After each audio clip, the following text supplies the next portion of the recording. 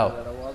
এবং সহিহ বুখারীতে আল্লাহ রাসূল সাল্লাল্লাহু আলাইহি ওয়াসাল্লামের একটি বর্ণনা, আল্লাহ রাসূল সাল্লাল্লাহু আলাইহি ওয়াসাল্লাম বলেছেন, কুলু ওয়া আত'ইমু ওয়াদাখিরু, অর্থাৎ কুরবানির গোশত তোমরা খাও, ওয়া আত'ইমু মানে অন্যদের খাওয়াও, ওয়াদাখিরু এবং তোমরা এটাকে প্রিজার্ভ করে রাখো বা জমা করেও রাখতে পারো। অর্থাৎ আপনি চাইলে ফ্রিজে রাখতে পারবেন, আপনি পরবর্তীতে খেতে চাচ্ছেন আপনি রাখতে পারবেন ইনশাআল্লাহ।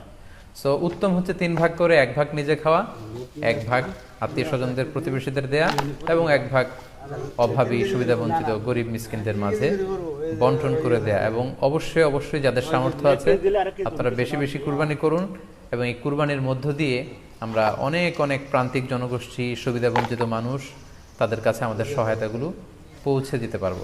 খেয়াল করে শুনুন, আপনাকে বলছি 4 নম্বর পয়েন্ট হচ্ছে যে জবাইয়ের স্থান এবং বর্জ্য কুরবানির পরে এটাকে নিজ দায়িত্বে পরিচ্ছন্ন করুন।